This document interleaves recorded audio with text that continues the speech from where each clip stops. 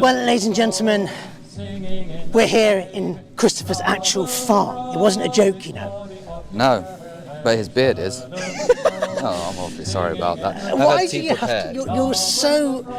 Look, you've just insulted me, but then you've saved yourself with giving me a cup of tea. It is well deserved for coming out, and well deserved to you also for clicking on this video, particularly if you've just embraced the religion of Islam. Or you're interested in thinking of converting. Because maybe this video will give you a bit of a so-called shove in the right direction. So chin to that. Yeah, some people need a bit of a shove to get going, don't they? I don't know about that, but if you have recently embraced Islam, I think this video will be quite vital and critical, full of information, full of advice, and a lot of very, very important details that may well save you from a lot of trouble in the future. Well, as we know, the media onslaught, as I like to call it, doesn't tend to portray Islam in a particularly good light. And despite this, since about 2013, over 100,000 new converts embraced the religion of Islam in the UK alone, which is absolutely incredible. And the latest census has shown that the Muslim population is growing and it's proper healthy, Indeed. a good seed. Indeed. So if you've embraced Islam recently, if we reflect back to when we became Muslims, I became Muslim in 2010. So prior to that... 1910. Thereabouts. Years old, you know, the old Thereabouts. Yeah, I do remember the Spitfires in the sky. They weren't even invented yet then. No.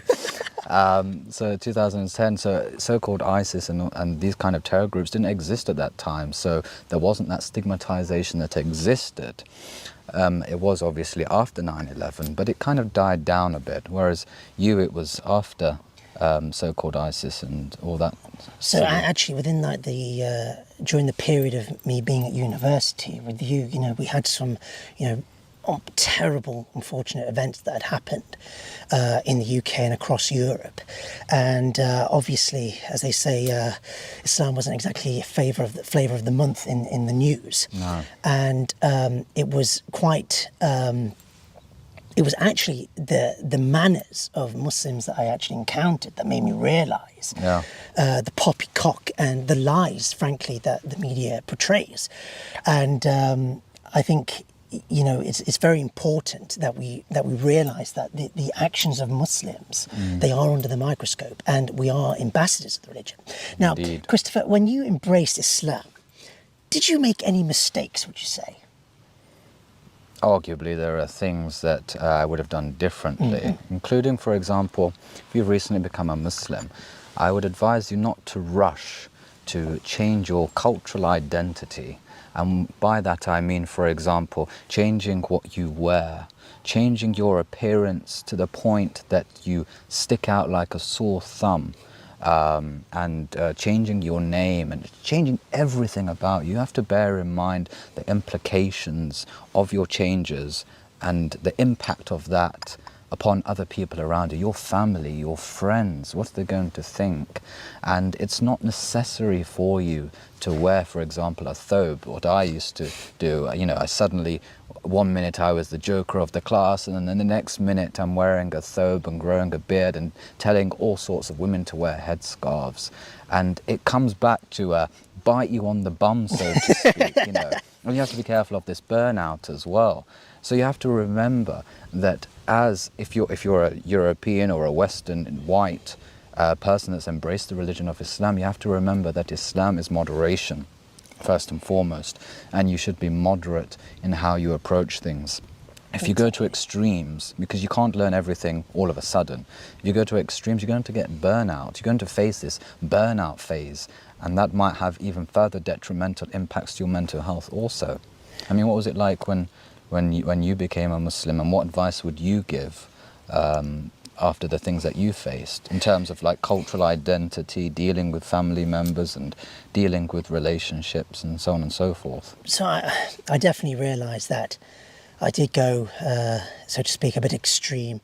I mean, like it's not obligatory to change one's name, and I feel I wanted to do it, and I'm glad I did, but I still, you know, don't neglect my British Ben name, you know, because I didn't realise at the time that actually changing my name actually upset my mum because, you know, she'd given birth to me and she'd known me as Ben, and all of a sudden, you know, the Facebook changes and someone said, oh, who's Khalid? And, you know, she thinks it's somebody else. And there were instances where, you know, I did make her upset, and perhaps I pushed people away.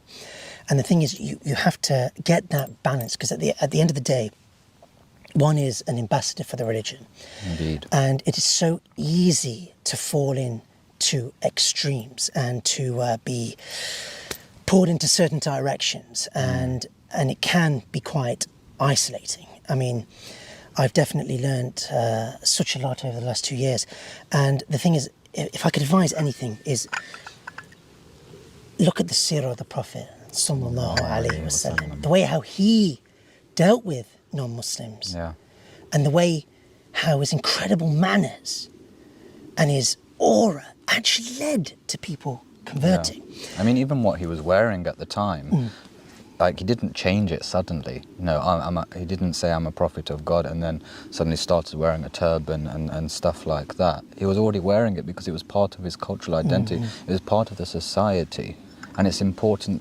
Although, like, for the people of Quraysh at the time, you know, the tribes of Mecca, they saw Islam as foreign in terms of religion, but not in terms of culture. It wasn't a cultural shift. It was a religious shift. It was a shift within people's hearts and then within the chests of man in the belief and bringing them back to the oneness of God. And that brings us on to a second point that we wanted to discuss today, wasn't it? About, you know, advising for you new Muslims to become well-grounded and strong in aqeedah, in theology. It's very, very important, because this is your jewel of faith. This is the core building brick that builds your palace. So it's very, very important that you understand the aqeedah, understand the differences between the different religions and what differentiates Islam from other religions, specifically with relation to, you know, that God exists and his existence is not like the creation, and whatever you imagine in your mind, God is different from it. And if you use this as a building base, inshallah, God willing, you would build a beautiful palace for yourself and set yourself up for further knowledges and sciences for you to acquire. Exactly. And in order to do this, you know, finding a teacher that you can sit down with and not relying upon so-called YouTube sheikhs that just say random things or whatever. Yeah, like, that's not us. Yeah, like, we're not sheikhs at all. But, you know, sitting down with people and having that transmission of knowledge that goes all the way back to the Prophet, peace be upon him. And like Christopher says, like, realizing like what Islam teaches, like our belief, the true belief in God, that he does not resemble the creation in any way whatsoever. Indeed. And when you realize that, you know, it does, so to speak, you know, blow your mind, and it really does cleanse your heart. And seeking knowledge, learning, and surrounding yourself with people that want the best for you. Now the thing is, when you do embrace Islam, or you've already embraced Islam, there's a bit of a thing here, is that people think that they have to go to a mosque and do it, don't they? And this is not the case at all. Yeah, maybe you embrace Islam after this video, and you can do it in the comfort of your own home. Yeah. By saying Ashhadu an la ilaha illallah wa ashhadu anna Muhammadan Rasulullah. And once you've said it, learn what it means. Learn what the Shahada entails, what it means. There is no God but God, and that Muhammad is the final messenger of God. And, you know, just going from there. And I think having a bit of a plan, having a network. Yeah, you need a structure, particularly if you're wanting to study Islam. A lot of you will be very, very eager to learn Arabic. A lot of you will be very, very eager potentially to even go and study abroad.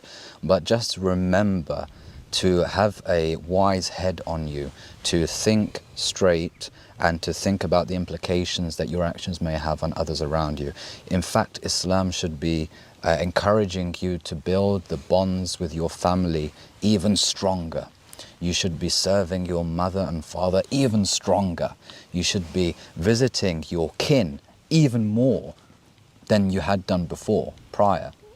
So Islam should be encouraging you to build upon this. It should be encouraging you to go out of your way and do the good deeds to show people that Islam has made me a better person, because I understand that some of you may be very, very eager.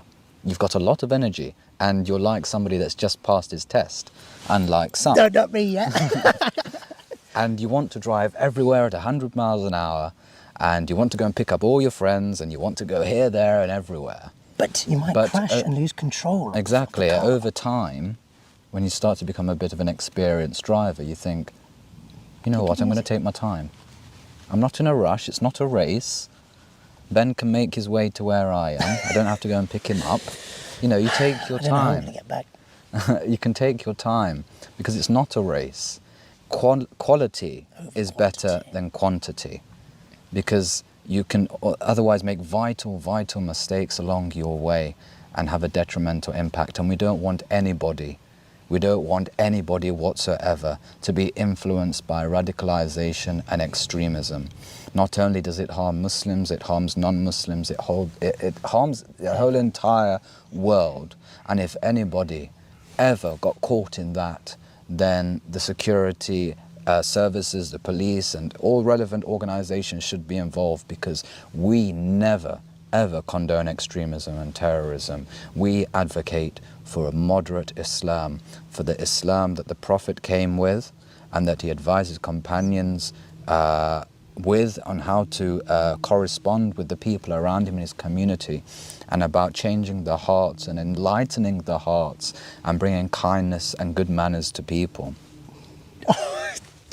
How beautiful is this? This is the thing, like, I'll be honest, you know, because... Did you not like your tea? Oh, well, I'm actually drinking, actually. Oh dear, would you like some more? Yeah, go on I've then. got a flask prepared here. But do you think we'll hear any ducks later? Bismillah. Barakallahu feek. Because the thing is... I thought you were married.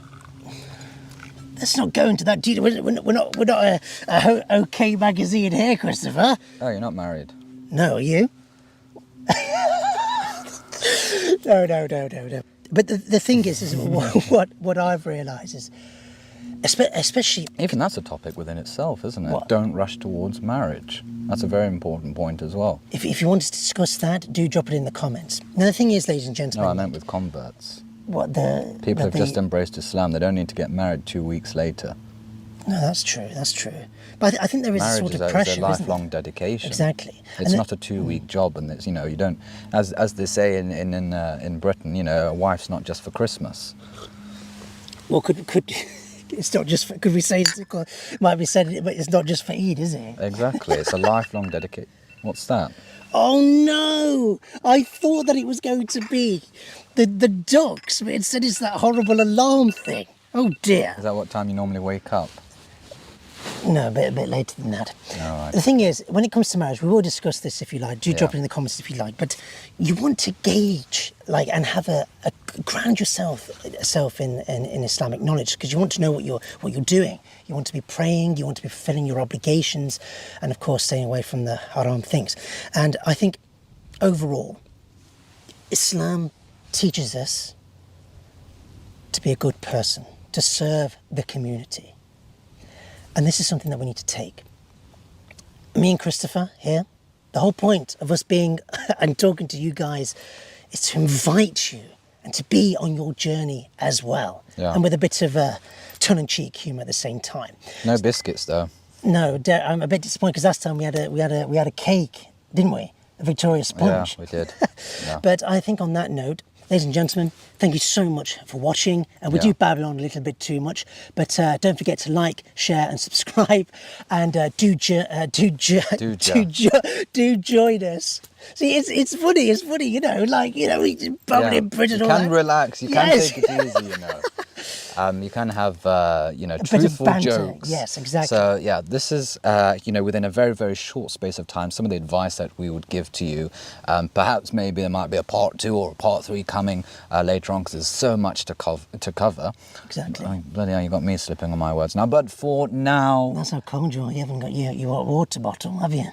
No, I've got my scarf. But for now, I think it's time that we went to go and get a spot of lunch, don't you? Yes, I think a tuna sandwich in like a nice triangle. But yes, ladies and gentlemen, don't forget to like, share and subscribe, and do join us next time on a bit of a chinwag.